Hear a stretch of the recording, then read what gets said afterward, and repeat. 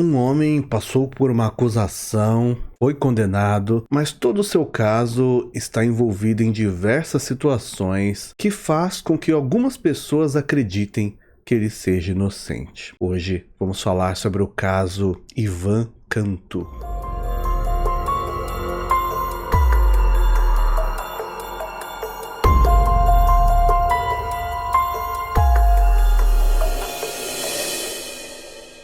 Esse roteiro é baseado em artigos sobre o mesmo assunto. Desde já pedimos a sua interação com o nosso conteúdo. Pode ser através de um comentário, um like. Você pode dizer se já conhecia a história, comentar um detalhe que eu não falar, ou sugerir um novo tema para trazermos ao canal. Todas as sugestões são consideradas para um futuro vídeo. Se quiser ajudar de uma outra forma, pode se tornar membro. Existe mais de um nível disponível. Em um dos níveis, o seu nome vai aparecer no vídeo durante algum momento e você tem acesso antecipado ao conteúdo. E existe também a ferramenta Valeu, onde você escolhe um valor e colabora com o canal quantas vezes quiser. Sobre o caso de hoje, em 1999, James Edwin Mosqueira, de 26 anos, estava em um relacionamento com Amy Kitchen, de 21 anos. Os dois já moravam juntos na mesma casa, haviam ficado noivos recentemente e faziam planos para um futuro casamento. Quando foi no dia 3 de novembro de 2000, James e Amy passaram a noite em um restaurante com o pai dela. Por volta das 22h30, o casal saiu do local e eles voltaram para casa. Às 23h20,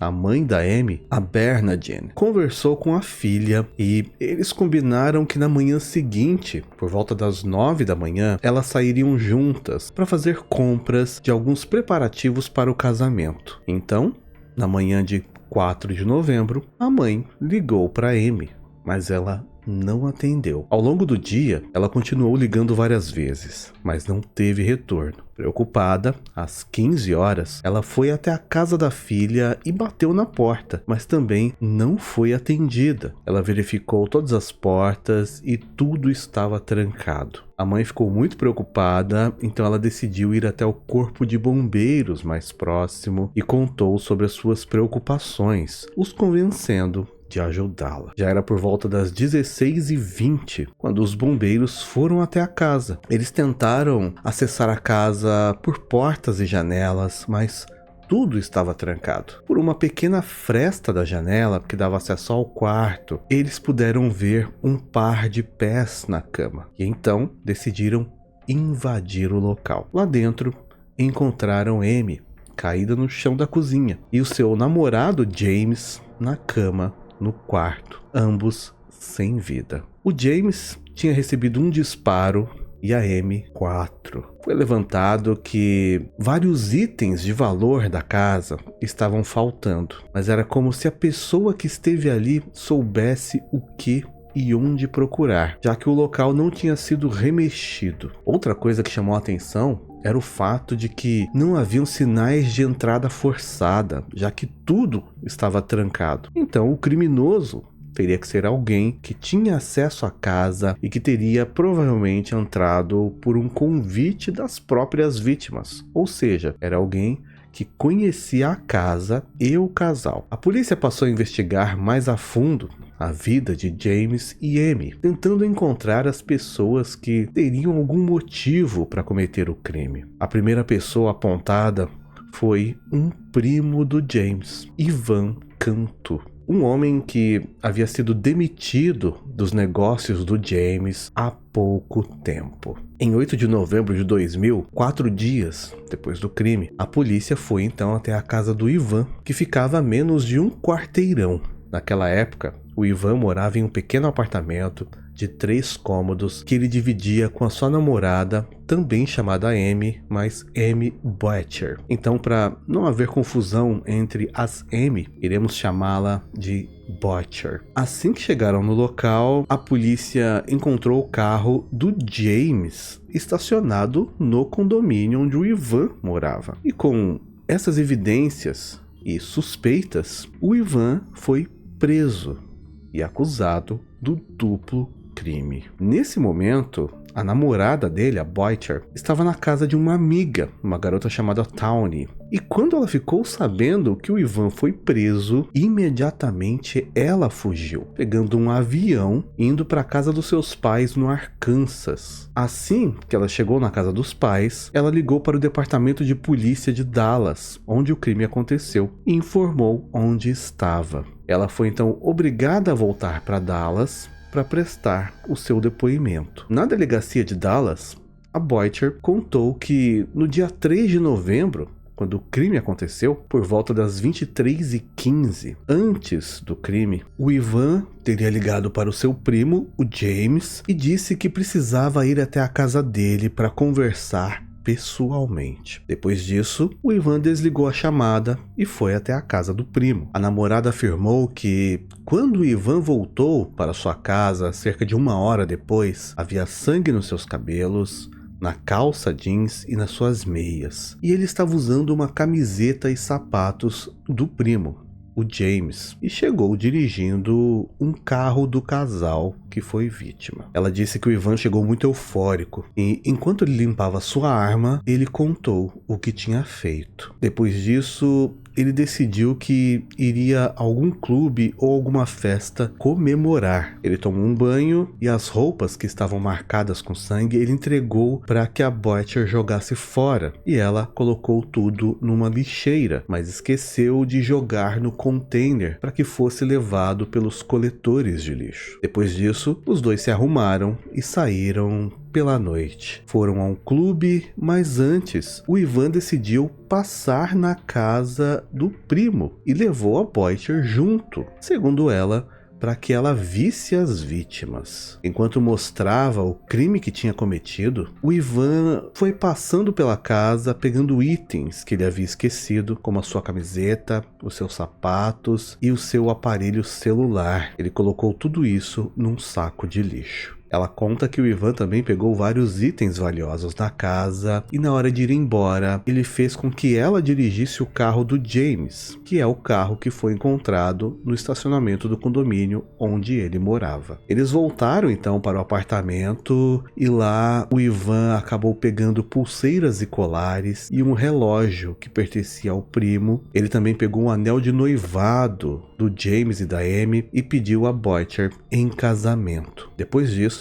eles foram para festas e passaram a noite toda pelas ruas. No dia seguinte, por volta do meio-dia, um sábado, eles decidiram fazer uma viagem para a casa dos pais da Boiter, que moravam no Arkansas. Essa viagem foi organizada para que os pais dela pudessem conhecer o Ivan e também para anunciar o noivado. Ela disse que eles chegaram no Arkansas no sábado à noite e ficaram lá aproximadamente até terça-feira. Enquanto estavam na casa dos pais dela, foi o momento em que a polícia estava realizando a investigação sobre o crime e localizou o carro do James, que ainda estava estacionado do lado de fora do apartamento do Ivan. Através de um mandado de busca em seu apartamento, eles teriam encontrado os jeans marcados com sangue, assim como as meias na lata de lixo da cozinha, as roupas que a Boiter esqueceu de jogar fora. Eles enviaram então os jeans e as meias para um laboratório forense para realizar a análise de DNA. Essa análise mostrou que o material no jeans era de James Mosquera, o das meias era de James e da Amy, as vítimas. Eles também encontraram as chaves do carro da Amy, uma caixa de munição e um outro conjunto de chaves que continha a chave da casa das vítimas. O Ivan voltou à cidade aproximadamente na noite de terça-feira, 7 de novembro, e eles passaram a noite na casa de uma antiga namorada do Ivan, a Tawny. No dia seguinte, o Ivan voltou até o seu apartamento, enquanto a Boiter ficou na casa da Tawny, e foi nesse momento em que ele foi preso e a Boiter fugiu. A Boiter fugiu com a ajuda da Tawny, que a levou até o aeroporto, e depois disso a amiga voltou para casa e enquanto ela arrumava o sofá, movendo as almofadas, ela acabou encontrando uma pistola que estava totalmente carregada. E sabendo da situação que tinha acabado de acontecer, a Tawny decidiu pegar esse objeto e entregar à polícia na delegacia. E essa arma era compatível com o mesmo calibre que do crime, e ao passar por exames, foi constatado que havia uma impressão digital do Ivan na parte do carregador da arma e também foi encontrado o DNA de James no cano. Complementando essa história, um homem chamado Jeff Boettcher, o irmão da Amy Boettcher, a noiva do Ivan, também se apresentou com um depoimento identificando a arma encontrada como pertencente ao Ivan. E o Jeff disse que o Ivan já tinha falado sobre ter um plano para tirar a vida do próprio primo. Mas quem era o Ivan? E por que ele havia sido demitido pelo primo dos seus negócios? O nome completo de Ivan é Ivan Abner Cantu. Ele nasceu em junho de 73, em Dallas, Texas, Estados Unidos, um dos filhos de Sylvia Cantu, e não há informações sobre o pai dele. Ele vinha de uma família de origem mexicana. Durante a infância, o Ivan teve uma vida descrita como normal e tranquila. Entretanto, enquanto ele estava na adolescência, ele teve dificuldades e isso levou a se envolver inicialmente com pequenos delitos que foram aumentando com o passar dos anos, e ele também passou a fazer o uso de entorpecentes. Já na vida adulta, ele acabou não conseguindo se fixar em nenhum emprego, frequentemente era demitido, se afastou da sua família e passou a ter dificuldades para se manter, e por isso ele também tinha problemas para conseguir pagar o seu aluguel. O Ivan e o James, a vítima, cresceram juntos, e o James, ao ver as dificuldades do primo Ivan, acabou o contratando para trabalhar. Muitos viam o James como um empresário bem-sucedido. Ele tinha conquistado a sua casa própria, carro e ostentava relógios e joias. Mas de acordo com as fontes, na verdade o James era envolvido com atividades ilícitas. Ele sabia movimentar substâncias ilegais de maneira discreta. O Ivan acabou então trabalhando com o primo por algum tempo, mas por um motivo não muito bem explicado, James o demitiu. Porém, é sugerido que o Ivan passou a consumir a mercadoria que ele deveria vender e ficava alterado, e por isso foi demitido pelo James. O Ivan ficou muito irritado com aquela situação e teve ainda mais dificuldades em conseguir um novo emprego. Nessa época, ele já tinha um pequeno histórico de ter se envolvido com pequenos delitos e fazia o uso de substâncias pesadas. Contada então toda essa história do Ivan, em outubro de 2001, ele foi a julgamento pelo crime contra o primo e a Amy pela primeira vez. Esse julgamento contou com o depoimento de 34 testemunhas, entre elas pessoas que afirmaram terem visto o Ivan dirigindo o carro do James durante a noite. Outras falaram que de fato o Ivan teria ficado muito irritado por ter sido demitido pelo primo e jurou se vingar dele. Algumas testemunhas ressaltaram que o Ivan tinha inveja do primo, porque ele não conseguia ter nada, vivia em dificuldades financeiras, enquanto o James ostentava. Mas a maior parte do julgamento foi baseada nos testemunhos da Amy Boettcher e o irmão dela, o Jeff, pois eles foram os únicos que deram detalhes sobre o suposto crime. Porém, quando a defesa do Ivan começou a atuar, a história pareceu tomar um rumo completamente diferente e um tanto quanto inesperado, pois toda a história até então, os pontos levantados sobre o crime, a cena do crime, analisando o histórico do Ivan e os relatos da sua própria namorada e do seu cunhado, levavam a crer que o caso já estava fechado, que o Ivan cometeu tudo sozinho e ainda agiu após o crime como se nada tivesse acontecido. Porém, a defesa argumentou que não havia nenhuma prova direta que ligasse o Ivan ao crime. Segundo eles, a calça encontrada com o DNA do James na casa do Ivan era 2 números maiores que o Ivan usava, sugerindo que ele não teria como usar normalmente aquela peça de roupa, e nenhum DNA do Ivan foi encontrado na calça. Como ele usaria a calça sem deixar nada do seu DNA nela? Além disso, o primeiro policial que entrou no apartamento do Ivan para fazer buscas de provas sobre o crime afirmou em depoimento que ele, ao entrar no apartamento do Ivan, não viu nenhuma calça na lixeira. O que deu a entender que essa calça foi colocada lá posteriormente, como uma evidência plantada. A defesa também argumentou que não havia nenhuma digital do Ivan ou o DNA dele na cena do crime, e até mesmo a única digital encontrada do Ivan foi na parte do carregador da arma e não no cabo. A perícia também não chegou a fazer exames nessa arma para comprovar se de fato ela era a arma do crime ou apenas uma igual, já que eles só levaram em conta que ela era do mesmo calibre. E por isso também foi sugerido que essa arma foi plantada para incriminar o Ivan. Nenhum dos objetos que foram alegados terem sido roubados pelo Ivan foram encontrados, ou seja, todo o caso até então provou-se baseado apenas em evidências circunstanciais.